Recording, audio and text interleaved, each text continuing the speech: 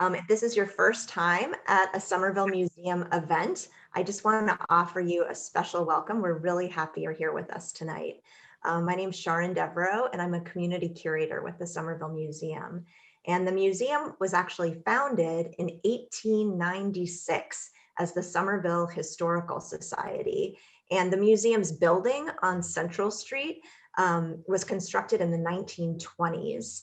And the mission of the museum is to act as a mirror to the city, to reflect its past and its present. And if you'd like to support the museum, Lady will put in the chat a link and you can become a member if you're interested. So you can consider that. So tonight's panel is called Voices from Somerville's Greek Community. And this event is part of a Somerville Museum Zoom series called Voices from Somerville, Culture, Community, and History. And it was made possible in part by the National Endowment for the Humanities, and we thank them for their support. I'd also like to thank Erlene Tanise, Ada Maria Santos, Adriana Fernandez, and Jenny Sansorin for their help in producing this series. Thanks also goes to the Somerville Museum's Assistant Director, Allison Drasner, who's here with us tonight, and the museum's new Arts and Cultural Assistant, Lady Science. So I'd also like to thank Dave Ortega from the Somerville Media Center, who's going to rebroadcast just the speakers on Somerville Community Access. So tonight, we're going to hear from 3 members of the local Greek community, and they're going to talk about their work and experiences in Somerville's neighborhoods. And then we're going to listen to a historian from Somerville talk about connections between Greek and U.S. history. And following that, we're going to have some questions from you guys, I hope. So let me introduce the panelists briefly, and then we'll hand it off to them.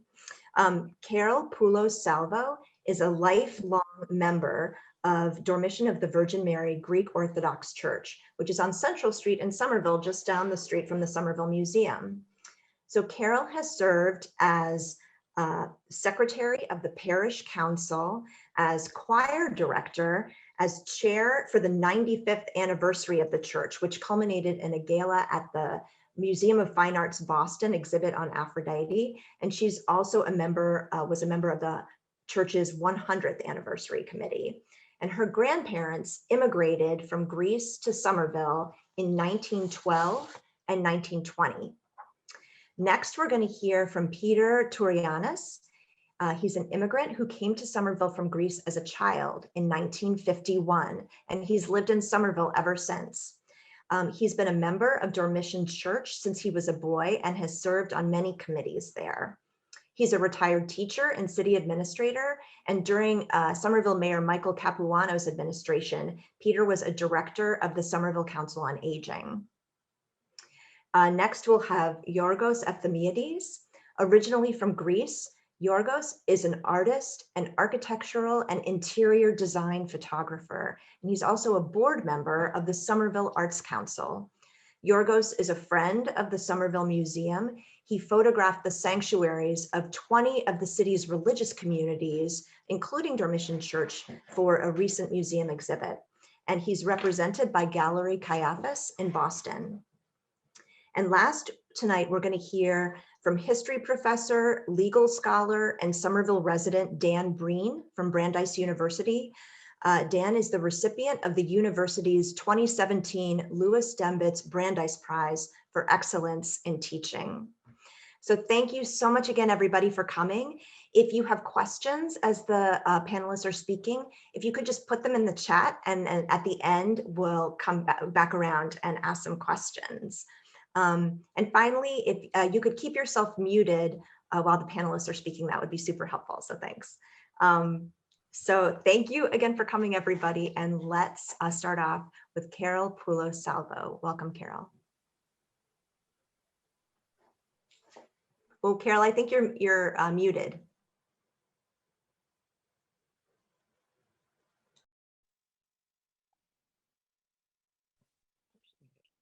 Can you hear me now? Yes. Okay, good. I'd like to start out by thanking you and the Somerville Museum, Sharon, for the opportunity to speak this evening. and for spotlighting the connection between the city of Somerville, the Dormition of the Virgin Mary Greek Orthodox Church, and the Greek community living here in Somerville, a connection that goes back well over 105 years. It is a distinct pleasure to work again with members and staff of the museum.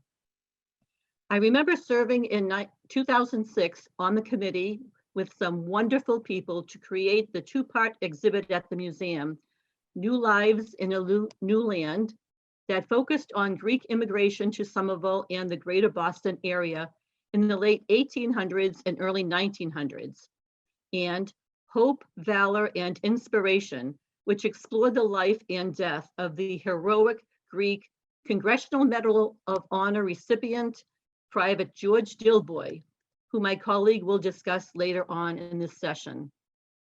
At that time, the exhibit was received very enthusiastically by members of our parish, the City of Somerville residents, the Greek diaspora, and many others.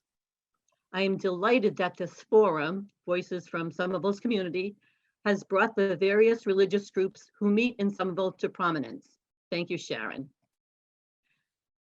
Starting in the late 1890s, people from Greece and Asia Minor, the vast majority being young men, began immigrating to the United States in increasing numbers in search of a better life for themselves and their families. Over the years, the Greek population in the Boston area grew, and emigres from Philiatra, Greece, and Greek villages in Western Turkey, in particular, Alatsata and the surrounding areas near Smyrna, found their way to Somerville, and they settled down primarily in the Brick Bottom section of the city. These residents of Brick Bottom were very close. Fortunately, most of them were related to each other. Plus, the houses were situated very close together. People married and had children, and the families in Brick Bottom felt the need to establish a Greek Orthodox church. My grandfather, Peter Tsourianis, was one of those people who departed Greece for a better life. He left his father, Konstantinos, in Poulos, Greece, and sailed across the Atlantic into the harbor of New York City in mid-September 1912. And, like so many other immigrants, arrived at Ellis Island, with a final destination of Somerville, Massachusetts. Peter was a young man, 20 years old, unmarried. He was a farmer. He could read and write Greek, but he did not know a word of English. Upon his arrival, he lived with his cousins in Brick Bottom. He was able to obtain employment at Squire's meat processing plant, and then he learned to speak English. These men living in Brick Bottom worked hard 10 hours a day and then attended school in the evening. In August 1916, a group of these men, including my grandfather Peter, founded the first Assumption of the Blessed Virgin, the original church name, Greek Orthodox Church in Somerville. It was located in a rented hall above the Woolworth store in Union Square at 5 Bow Street. Dues were 50 cents a month. Though very simply appointed, it had all the basics necessary for the church to function, and it served these early settlers well for several years. The destruction and burnings of Asia Minor in 1922 caused the Greek inhabitants of Somerville to realize that they would not be returning back to their native homes and villages, and that their future lay here in America.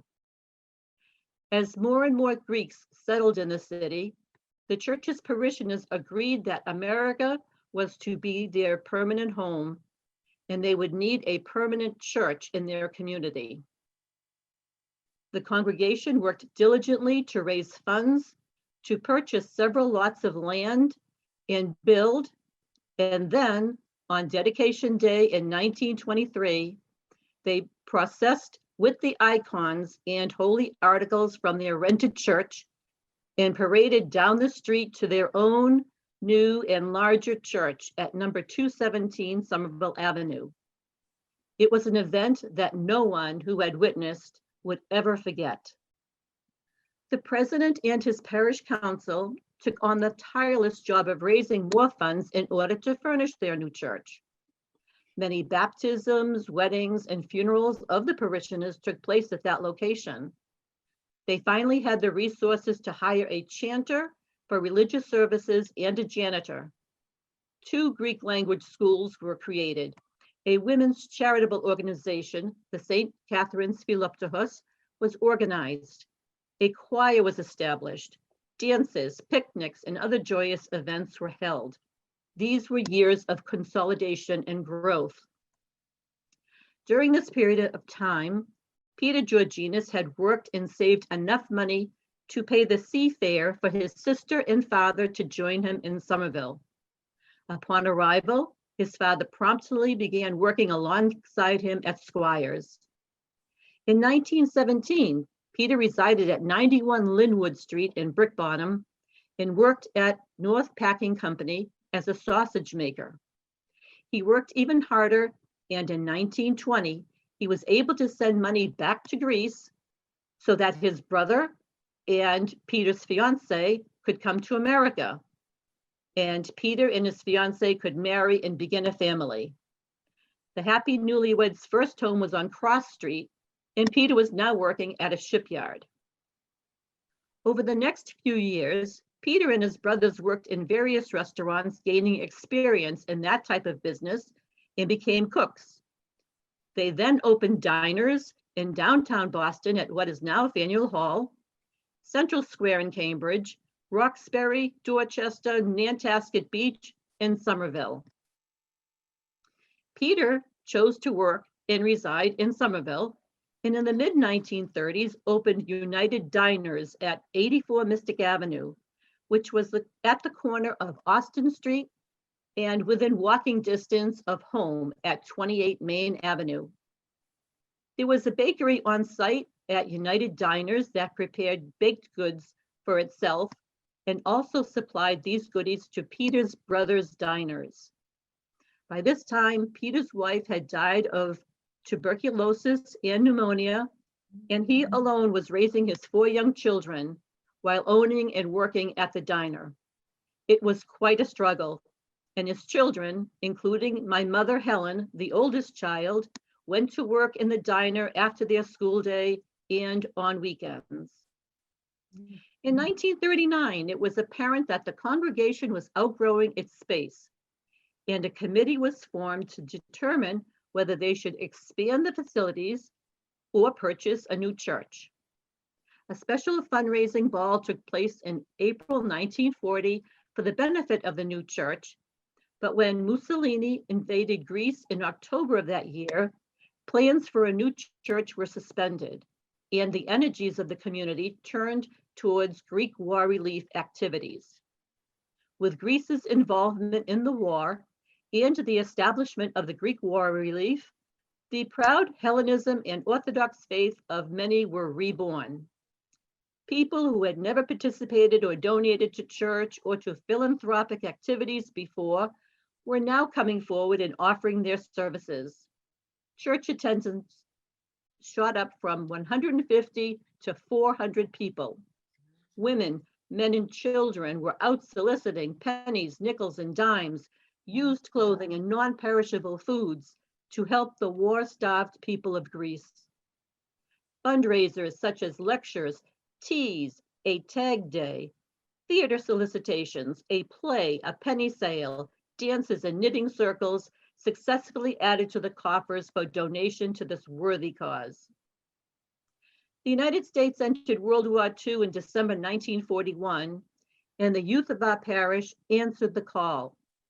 260 of its fine young men were sent to battlefields all around the globe, and all but 5 returned home safely. Red Cross work became the main activity of the community between 1942 and 1945. And the Philoptochos and church were raising funds for the Red Cross. When the war ended, the parishioners' focus reverted back to their overcrowding issue and fundraising began anew. A buffet dinner dance launched this drive, and 700 people were served at this affair held in the Somerville Elks Hall. After considering several sites around Somerville as possible locations for a new church, in 1947, the parish bought the Elks Hall at 29 Central Street for $32,000. In the 1840s, this historic property had originally been the estate of Columbus Tyler, who built this beautiful home for his bride, Mary Sawyer, who was the girl in the children's nursery rhyme, Mary Had a Little Lamb. In the 1950s, the Urban Renewal Project cleared the neighborhoods of Brick Bottom and the surrounding areas to make way for the new highway, now known as Route 93.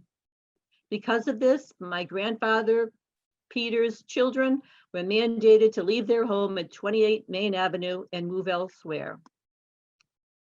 The church's parishioners never ceased fundraising, and after years of holding events and raising sufficient funds to finance construction costs, they took out a loan, demolished the Elks Hall, and on October 2, 1966, dedicated a beautiful new church, chapel, classrooms, office, priest study, conference room, and education and community center. The first festivals that took place on church grounds began in the early 1960s. These popular events have grown into the 3-day food festivals that the church sponsors every year in September. What began as a means to expand parish life and to celebrate parishioners working together during the previous year has evolved into the much anticipated and highly successful food festivals that the entire city of Somerville looks forward to. Our church community has always been blessed with remarkable spiritual leaders throughout its history.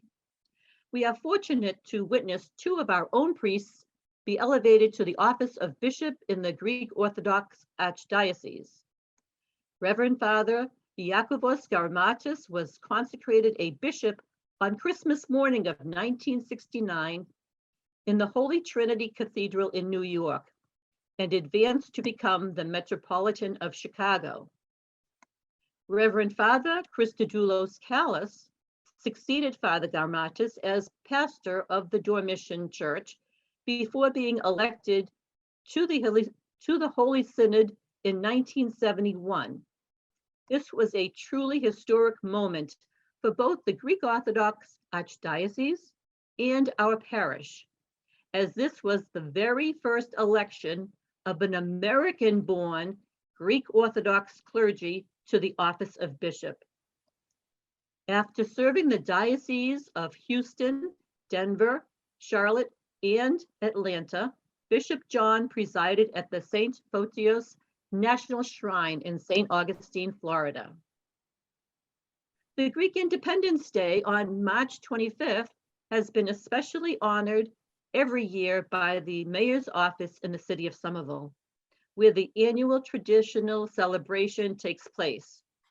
And the Greek and American flags are raised, both national anthems are sung, a wreath is placed at the statue of George Dilboy, followed by speeches, traditional folk dances by parishioners of the Dormition Church, and a reception hosted by the mayor. After years of planning towards the beautification of the church and construction, a new narthex was dedicated in 1991 in conjunction with celebrating the 75th anniversary of the community, the consecration of the church, and the renovation of the parking lot. 2016 was a year of celebration. The parish turned 100 years old. The committee charged with its commemoration planned an event-packed year, which acknowledged all of the church ministries. The choir championed its concert that premiered a special musical piece written especially for that day. The Black Tie Gala at the John F. Kennedy Presidential Library and Museum was a sold-out affair attended by hundreds. The parish supports its Sunday school, Greek language school, ladies' benefit group, youth groups for all ages, a seniors group, and children's activities and various charities, Volunteers also provide meals for local seniors and the homeless. Father Anthony Tandilian has been our priest for nearly 2 years. He is young, energetic, and full of new ideas for the future. We are happy to have him. I've been attending this church all of my life. When you interviewed me a few years ago, Sharon, I had said that I hoped that if and when my daughter and son had children of their own, that they would raise their children in the Dormition church. My church has been a constant for my entire life. It is a reminder of my happy childhood and spiritual education for my children, as well as my hope for a bright and enriching future for coming generations. I am happy to say that since Sharon and I initially spoke, my daughter Andriana has been blessed with a baby boy this past Thanksgiving and has already brought to church. So the family story continues on. Thank you. Carol, thank you so much. That was so nice to hear the end of the story since I spoke to you last. Yeah. Thank you so Thank much. you. And so now, everybody, we're going to hear from Peter Tsourianis, and thank you so much again to Carol. Thank you. How do I follow something like this? It's not going to be easy. Thanks, Carol. You did a great job, and I only wish I was first so it wouldn't be so embarrassing now for me. The church, as you stated, has been, is, and we hope and trust that it will be the center of the Greek community. From the days of Brick Bottom to today and hopefully for tomorrow. That's what we're all hoping for. I'm going to start at the end as opposed at the beginning. Carol brought something up that was very moving, and it's happened to me also. I'm blessed with 2 children and some grandchildren. The oldest of the grandchildren has been going to church and is now starting Greek school. Initially, when we would drive by the church, he would go, papu, papu, the church. Yeah, okay, the church, big deal, right? Most recently, because he's been involved with Greek school and more, now when we go by, papu, my church, not the church, my church. He's already taken it as being his. The church has been a staple, as Carol mentioned, for the youth. The youth, basketball, activities, skiing, a number of things from when we were children to even today. The kids are coming up with ideas of things to do that we never thought or imagined were doable, but it's beautifully so. It's a new life, it's a new world, and our kids are growing in it. Social events, weddings, christenings, and yes, unfortunately, funerals have been something that holds us together. Activities. We have all kinds of different activities, but we mentioned the festival. Before the festival, we used to load up a bus and load up a truck, a big truck, with everything that it would take to do a festival, and go out to a place called Camp Ararat in Maynard, off of Route 2. Some of you might not be old enough to remember that, but for some of the older folks, you remember it and enjoy it.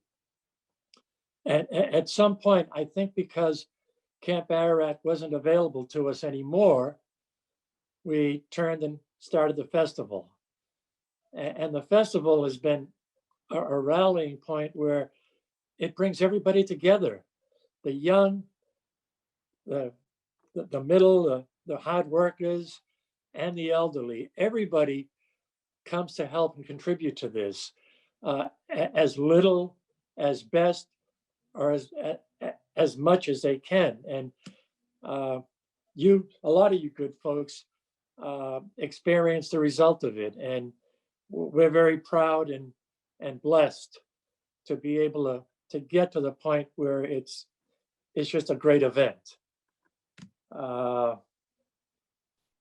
As Carol mentioned, our two, we've been blessed with a number of great, not good, but great clergy who've inspired us, helped us, and ministered to us. But the two that you mentioned, I was an altar boy when those folks were our priests. So it means more to us than just having, oh, one of our priests became a bishop, whoopee-doo. No, it was emotional and just great to have it happen. Recently, and I say recently, maybe in the last 10, 15 years, we've started an elderly group, the Golden Age group. I don't recall, maybe because I wasn't old enough to understand, appreciate, or be part of it, but I don't recall that happening before. And it's a nice new addition where the church takes care of so many, the young, the middle, the married, and so on. But now we're also trying to not take care of, but work with, enjoy, and have them pass on to us what it's been like to be in the parish. One thing that Carol didn't mention that I feel I have to mention is that the elders of the church that put the church together, whether it was in Union Square or Somerville Ave, didn't just work for fundraising. They gave of their rings, they gave of their earrings, they gave gold, whatever they had of their own, not just going out and selling tickets or having a bake sale and whatever to raise money. They gave more of themselves than is imaginable. And I can say this because I've heard it from relatives and from friends that have done this. That when I was growing up, these were the people that I would look up to and try to emulate and try to use them as examples for hopefully where we've gotten today. Brick Bottom and the Greek church are one and one together in hand. The people from Brick Bottom and whoever lived out of Brick Bottom are the ones that are responsible for the church. When urban renewal came, it was shattering. It was terrible. Everybody, excuse me, just a minute. Harry, put on more lights where you are. We can hardly see you. And it was just terrible. It broke up a beautiful community. Fortunately, as they broke it up, a lot of people still stayed in Somerville. Now, when I say they stayed in Somerville, they may have lived in Medford, Winchester, Arlington, Woburn, you name it. They lived in all these places. And these people would drive. They would drive to get here. They would go by other churches that were Orthodox churches to come to Somerville. And they've been the ones who helped us keep it the way it is, enrich it, build it, and make it what it is. Does anybody remember the Happy Home Bakery in Brick Bottom? If so, just raise your hand. If not, that's okay. I'm not a product of Brick Bottom, and I wouldn't have been involved with it had it not been for a friend and neighbor named Nick Diamandopoulos. I'm sorry. He lived next door to me on Alston Street in Somerville. And they had a Brick Bottom reunion. And he reached out to me and said, how come you weren't there? I said, well, I didn't live in Brick Bottom. I lived on Alston Street, which for those of you geographically, it's on the other side of Washington Street, beyond, what do you call it? Cataldo ambulance. Well, every day or every other day, I would walk down to Brick Bottom to Happy Home Bakery and get a loaf of bread. It was day-old bread that I could get, I think, for a quarter at the time. And that was my involvement with Brick Bottom. Fortunately, they were very kind and generous. The next Brick Bottom event they had at our church, again, social events. I went, they accepted me with open arms, and now I can feel comfortable about talking about it. But I feel there are a lot more people who are better qualified and more qualified than me to say anything. Other than what I hear from my friends Rich and Tony and Bill, that it was a great place to grow up in. There was a coffee shop. There were what we consider a grocery store that was more than a grocery store. It was just a whole community, which I went to the Bennett School. If anybody remembers, the Bennett School was where the incinerator is. I'm a product of that school because I went there when I first came over from Greece as a DP. And I wasn't a DP, I came over legally. But that was a bilingual class. And let me explain what a bilingual class was then. Then it was one classroom with everybody young, middle-aged, and old. Different ethnic groups. They weren't just Greeks. There was Italian, Portuguese, and all in one room. I was there for, I guess, what you would call preschool. Next year, I went to the Hanscom School down here, and so on and so on. Urban renewal, to me, was not a good thing for many reasons. There was a police officer that would help me cross from where I lived to go to the Pope School. Oh, that's another thing. I'm a product of busing. Yeah, stop laughing. I'm a product of busing before it became chic. They used to bus us from the Pope School, which was burned and was a shamble. They would bus us from there to the Hanscom School here, which is now the East Somerville Community School. Ridiculous, but anyway, and then any event.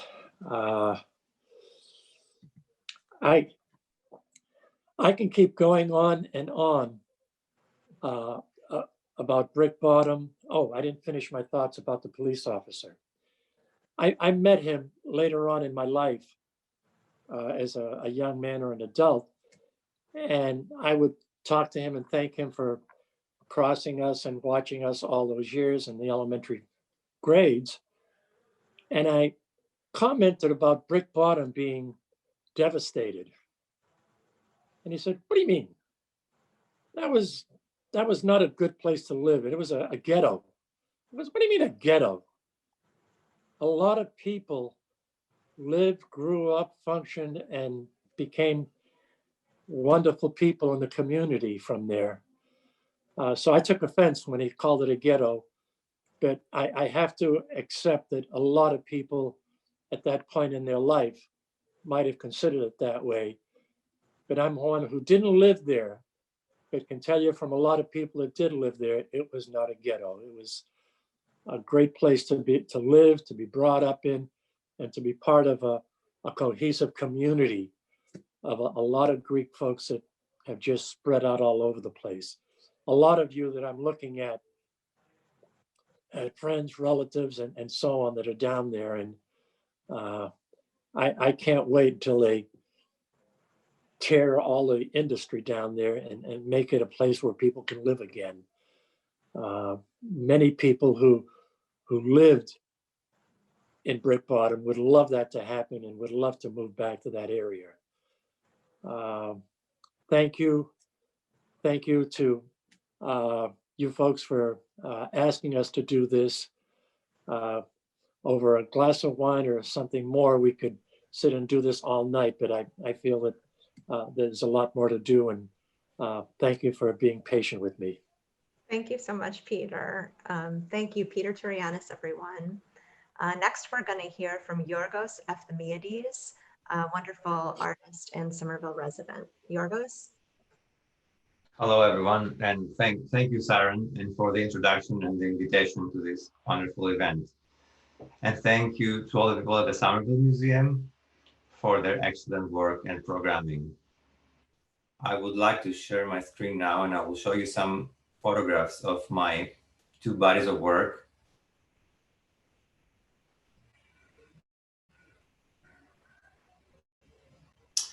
So, my personal journey to discovering Somerville started right after I moved to the US, almost 10 years ago, in April 2011. In the beginning, making photographs was a way to understand my surroundings and be submerged in a new culture.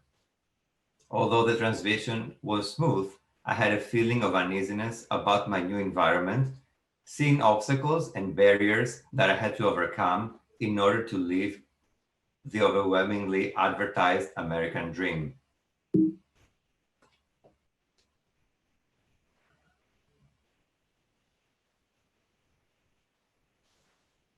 One would see walls that were blocking the viewer, chain link fences that were on the way, roads that led to a dead end, and tons of flags. You have to understand that there was no intention of making such images. I was merely observing my neighborhood, but when I was going back to check my photographs, the theme was evident. It was after a while that I realized that maybe there is no such thing as the American dream. The only way to live happily ever after is to just let go. The one thing I had to do was to free myself of these preconceived ideas in my head about how a place is supposed to be and embrace the adopted place I now call home. Switching from this mindset was very liberating. My images were about something completely different. Now everything was about my neighborhood, my home. One could still see the internal everyday struggle, but there were definitely glimpses of hope, bright lights, reflections, casted shadows. There was acceptance.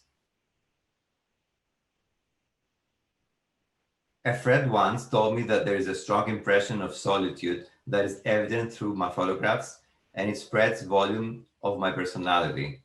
I had to agree 100%.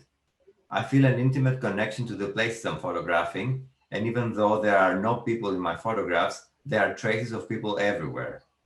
I treat every landscape as a portrait. Sometimes I would say as a self-portrait.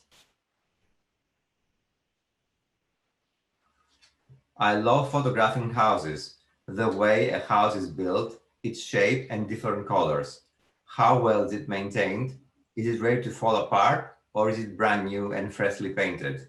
Does it have a big yard with tons of flowers and a garden, or is it paved with concrete for convenience?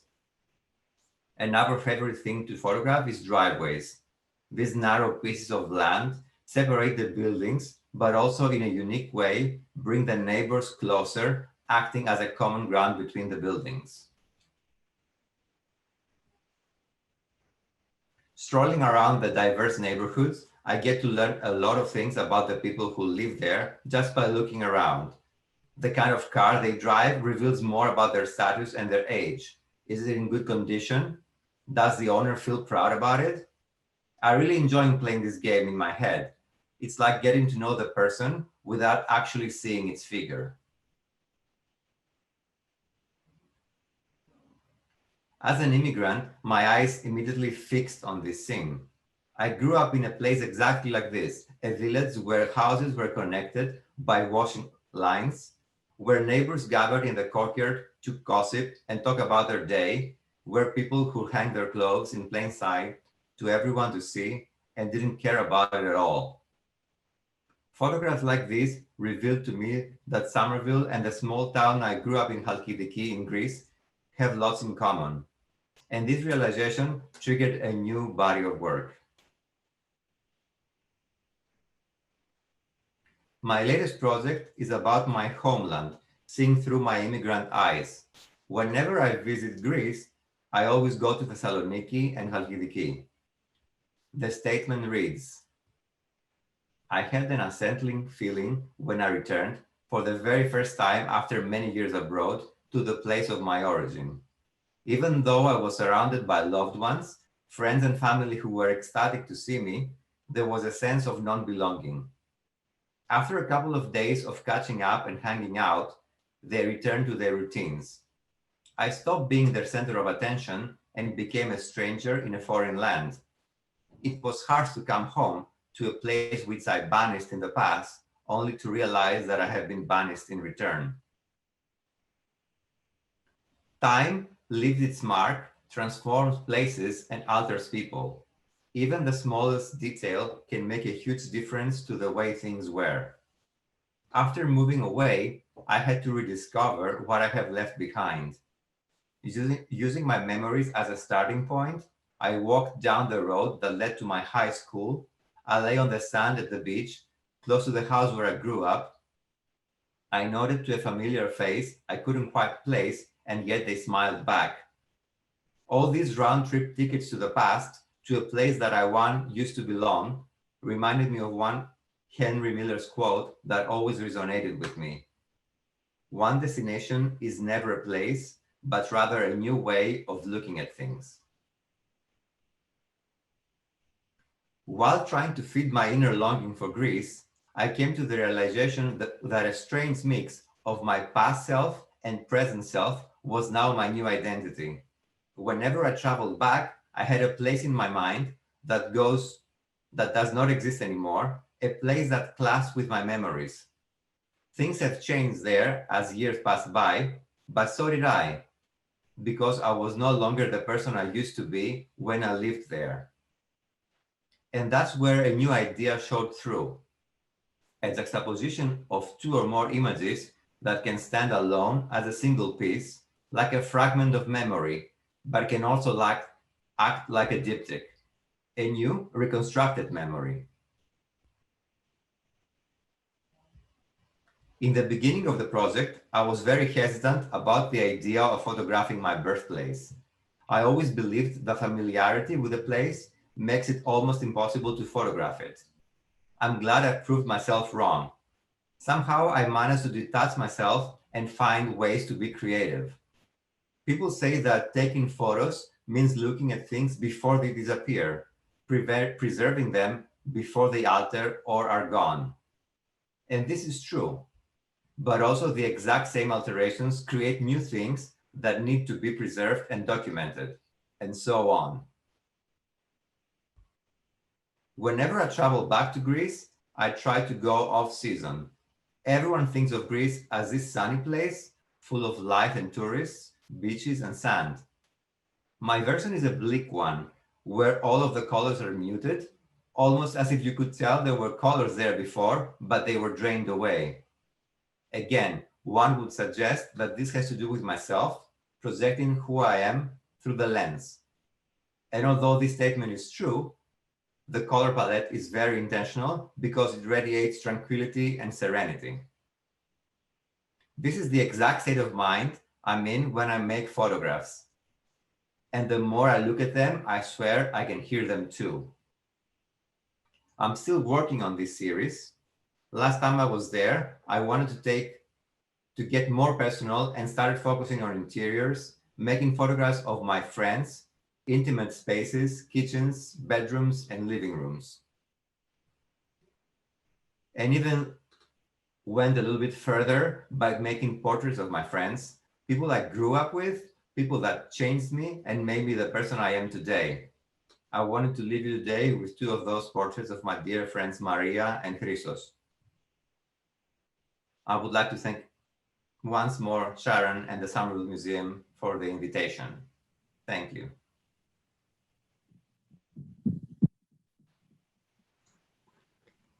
Yorgos, thank you so much. I think people will agree with me that it was such a privilege to see your work and hear your reflections. It was just wonderful. The museum's so grateful for you being here tonight. Thank you so much. Thank you too. So now we're going to hear from historian and legal scholar, Professor Dan Breen, talking about connections between U.S. and Greek history. Dan? Okay, thank you very much. I'm going to try the sharing of the screen process right now, and I hope that worked. And if it did, we can just begin. So what I wanted to do tonight, and thank you to everybody else on the panel for letting me join you all tonight, is just share some general thoughts about Greek immigration to the United States and Greek immigration to Somerville in particular. And I want to be sure to leave some time for questions. So I might go through this a little bit quickly. And I'd like to begin with this slide right here. If you look at the bottom left of the slide, you can see a very, very short uptick in that graph between the years 1880 and 1889. And this represents Greek immigration to the United States.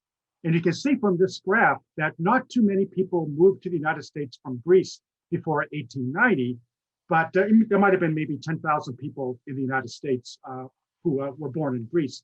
But that Greek immigration takes a huge skyrocketing leap upward after 1890. And one asks oneself, why would that be? Why would there be this skyrocketing Greek immigration? And the answer is an animal. And it's this animal right here. That is Phylloxera vestatrix. And that is an aphid that in the 1860s began living on the vines of the great vineyards of France and injecting toxins into those vines, preventing any nutrients from getting to the grapes. Now, this aphid destroyed half the vineyards in France, especially in the 1860s. And the French did everything possible to get rid of that aphid. And nothing worked. They would bring toads into the vineyards to maybe eat the aphids. Toads didn't much like the aphids. The chickens didn't like the aphids either. And as the years went by, nothing seemed to work. And it looked as if French vineyards would be in a state of permanent crisis. Now, the question now was, how would the French survive? How would the wine industry survive? And the only answer they could come to in the short term was to buy grapes abroad. And what better place to buy grapes than Greece?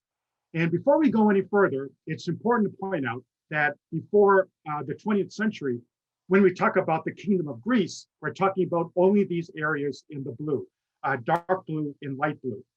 The current Republic of Greece is much bigger than Greece the way it was in the late 19th century. And in that Greece, that truncated Greece that you see there, only about 8% of the land is arable. 80% of Greeks at the time were living on the land, but only 8% of that territory is very good when it comes to crops. And the Greeks were growing olive trees. They had been for centuries, of course, but they were also growing grapes. And when the French needed grapes, the Greeks, encouraged by their government, began to transfer cultivation, largely from olive trees to grapes, especially currant grapes. And by the 1880s, the French were buying every year thousands of tons of these currant grapes from the Greeks. All told, 70,000 tons of currants left Greece, bought by the French to keep their struggling wine industry in shape. And that was fine for the Greeks. They began to earn a great deal of money on these earnings. 3/4 of all Greek exports were currant grapes, most of them going to the French. And the Greeks were perfectly rational to switch production to these grapes. The French were buying them left and right. But what's going to happen when the French figure out their vineyard problem? And we know that eventually they did. They figured out that if you took American roots, graft them onto French roots, you can grow a resistant variety of vine and grape that would mean that the aphid would no longer do any damage. And that's what the French began to do. And by the 1890s, they were no longer buying Greek currants. Greek people, the Greek government now plunged into crisis. And in 1893, Greece formally declared bankruptcy. Their export earnings had dried up. In this crisis, the Greek government began encouraging people to emigrate abroad, especially young men to the United States. And the idea was they can go to the US, they can work, they can send remittances back home to help support their struggling families, almost all of whom were now in debt because of the over-reliance on currants. And if you were living in Greece, especially southern Greece, the Peloponnese, if you went to the United States, you probably went through this port right here. This is Patras, the northern part of the Peloponnese on the Gulf of Corinth. And from there, you would take a steamship to the United States. And there was a time when Greek immigration was so popular to America that you couldn't go into a coffee shop in the Peloponnesus without seeing a poster for a steamship company that would advertise you the passage in the Times to go to the United States. Almost all the immigrants from Greece to the United States were young men. And They would go to earn money for a while. Some of them would plan to come back. Some of them would stay, maybe take our Greek wives who would come join them in the United States, and they'd raise a family. And by the early part of the 20th century, hundreds of thousands of Greeks had done just that, mostly men, mostly young men. And there was a powerful reason for them to do that. With Greece mired in poverty in the 1890s, Greek families had difficulty raising dowries for their daughters. And many Greek daughters needed dowries if they were going to get married. And young Greek men often wouldn't get married until their sisters of comparable age had gotten married. And for that, they needed a dowry. And to raise the dowry, young men would go to America and work for it. By 1920 or so, so many Greeks had emigrated that half of all native Greek speakers lived outside of Greece. And 95% of that emigration went to the United States. Greeks, when they came to the United States, did just about anything imaginable. Any job you could name, Greeks would do it in order to get by. These are Greek Americans here, and these happen to be miners out in Utah, here taking a break, probably celebrating a festival day to help them forget the terrible conditions of their labor. But Greeks went everywhere in the United States and did all manner of occupations. The leading destination was New York City. There were 200 Greek restaurants in the Lower East Side by 1900. The second biggest destination was Chicago. But Lowell, Massachusetts, in terms of per capita, a number of Greek speakers per percentage of the population, was number 3 in the United States by 1900.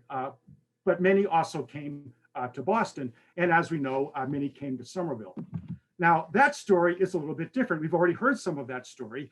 The story I've been telling so far is about mainland Greeks, but the Greeks who came to Somerville were from, as we've heard before, Western Turkey, and they lived along the Aegean coast, largely in the town of Alatsita.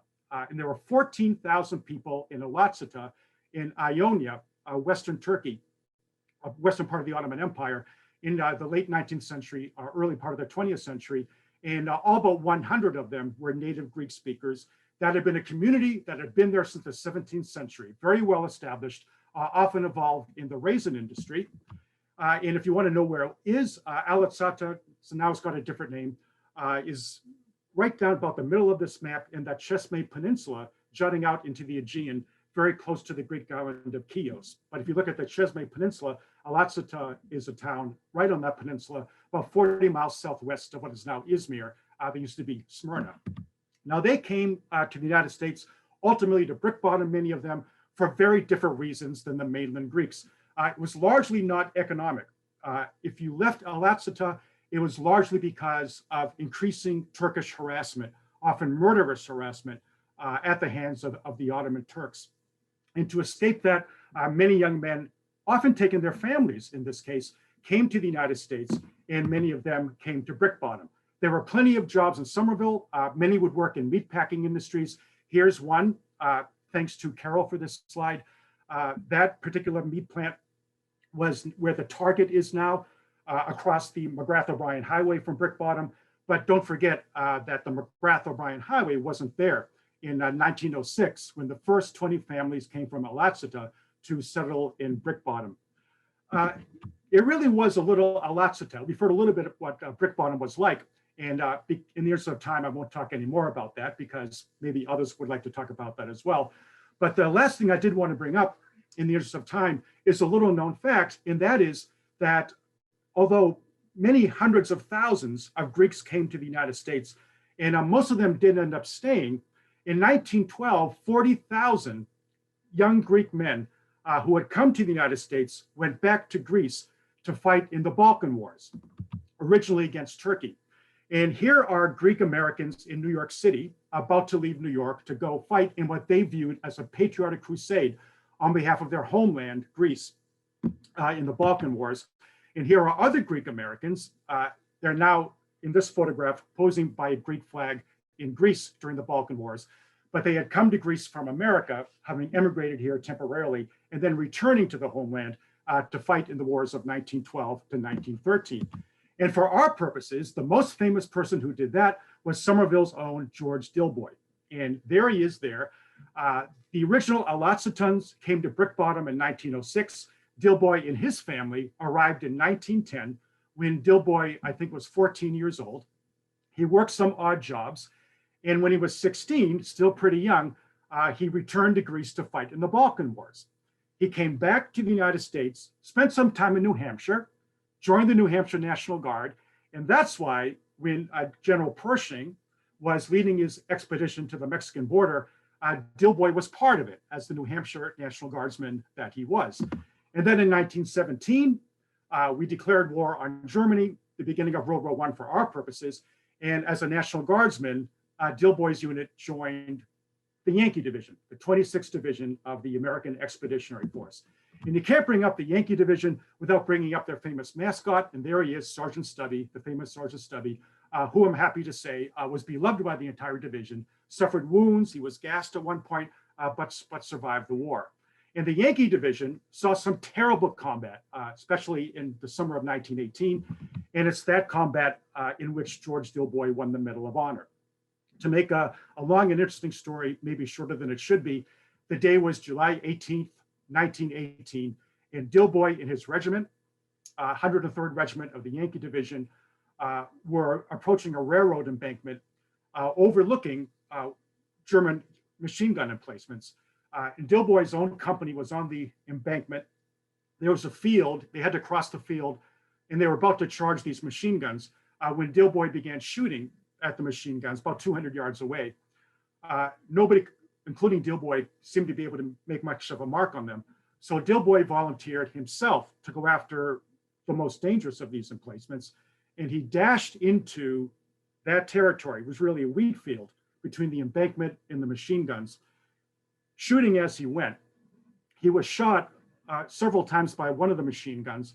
He went down, somehow managed the composure and the courage to keep shooting even though he was down, having been shot multiple times, and was able to shoot two of the German machine gunners in the most threatening position.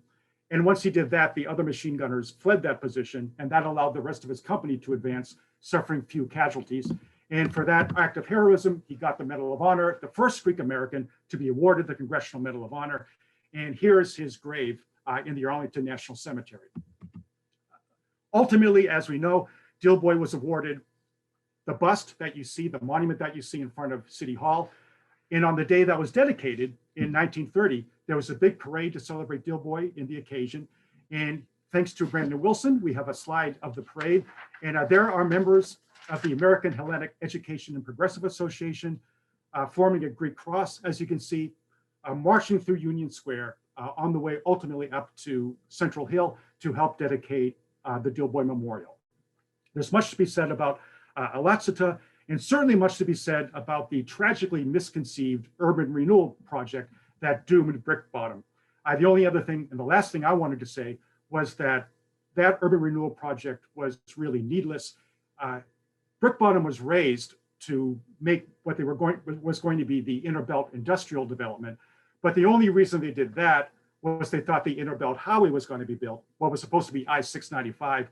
And of course, they never built that highway, luckily, because of neighborhood opposition. Once the highway was not going to be built, there was no use for this development, and so the development languished, giving us the Brick Bottom that we see today. And now I think that might be a good time to end, it being 7:32, and now we can open things up for questions. Dan, thank you so much.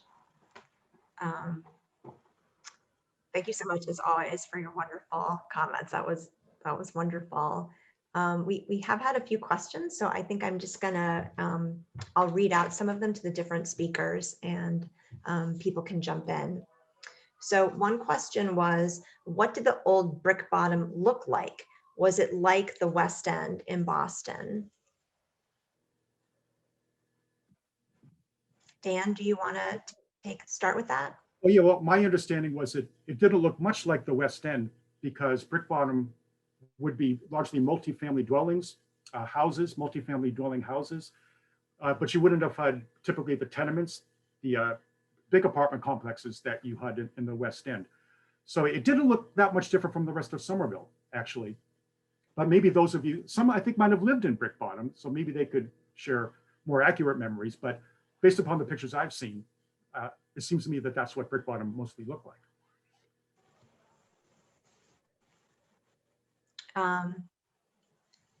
So, there's a question, different people have talked about immigrants sending money back to Greece, and someone asks, how did they do that? How did immigrants send money back to Greece? Well, they had Western Union over 100 years ago, and Western Union had offices all over the world.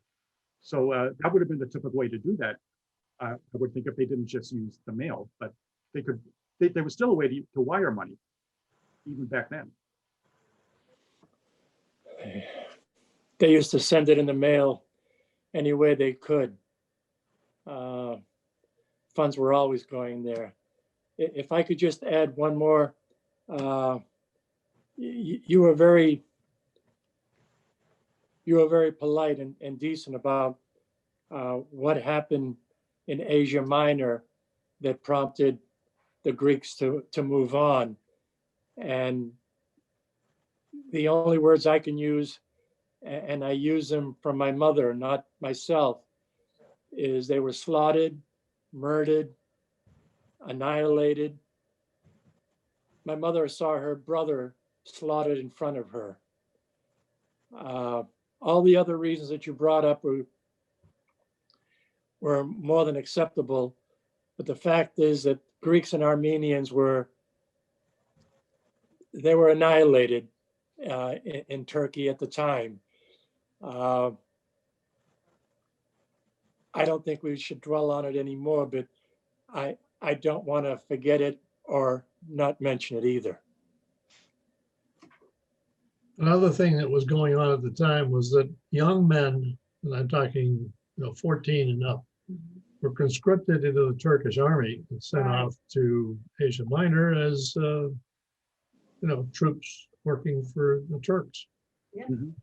Yeah, that's true. And that happened as a result of a law in 1908. So before 1908, if you were a Greek speaker, member of a Greek community in Turkey, you wouldn't be conscripted into the armed forces, but they changed that in 1908.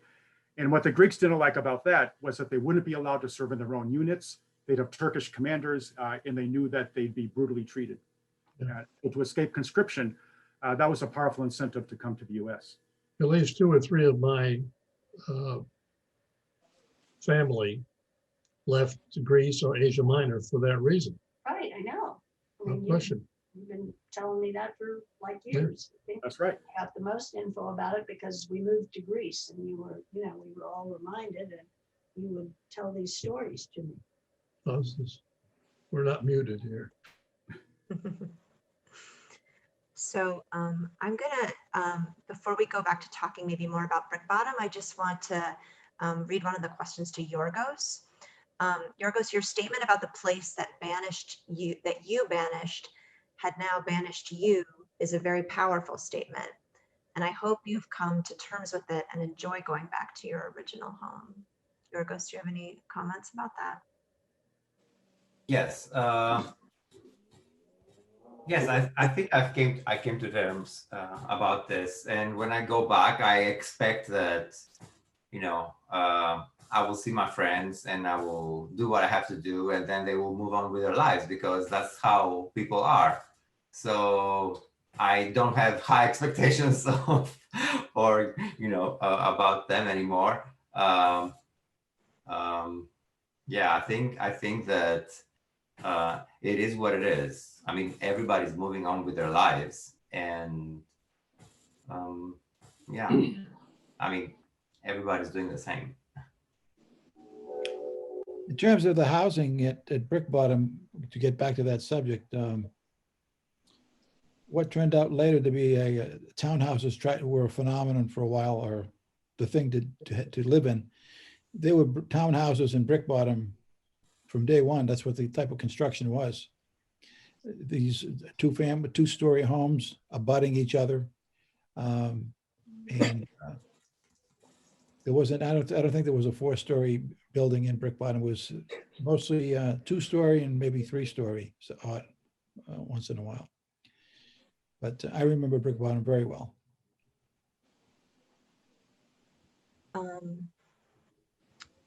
And somebody adds, and related to Yorgos's comment about banishment, they said, I made a similar move, leaving my Massachusetts clan and moving to California for a few decades. So it sounds like people can relate. And I just wanted to mention, if people wanted to see more of Yorgos's beautiful work, that you can visit www.yorgosphoto and see more of his pictures of both Somerville and Greece, as well as many other projects. So one of the questions was, did the urban renewal ever actually develop the neighborhood, or did the evacuation just break up the neighborhood? This is talking about Brick Bottom. Broke up the neighborhood. Yeah, mostly just broke it up. There was very little development. But was that intentional, or was that like a political intentional move to break up the ghetto, the ethnic ghetto? Because that could have been like a little North Beach. It's like that's a confusing point for me. I don't know what's going on. The thing that upset me the most is when, after it happened or while it was happening, the city put up a big sign announcing to everyone, we got rid of the slums. And that really got me ticked off. That could have been a very cool ethnic area.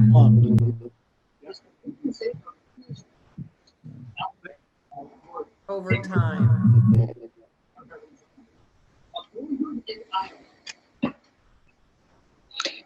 If I'm not mistaken, at this point, it's an artist community with lofts and also studios Correct. that artists can rent. And it's occupied with more of a cultural bent at this time. But that's just the A&P building. That's not the whole neighborhood. Oh, Sharon, if you want, I could share my screen and I could show you a picture of what they thought it was going to be. That would be wonderful. Want me to try that? Okay, look at this. So see that photograph there on the right? That's what the inner belt industrial development was supposed to look like. And of course, hardly any of that actually happened. This was a time, if I can get on the screen again, Somerville was kind of a space age rebirth. Space age rebirth. And the inner belt was going to be part of it. And down here, there's going to be all these big high-rise towers on Clarendon Hill. That was another part of it. But as you can see, that was just a figment of their imagination. It was totally impossible without the highway that they thought was going to be there.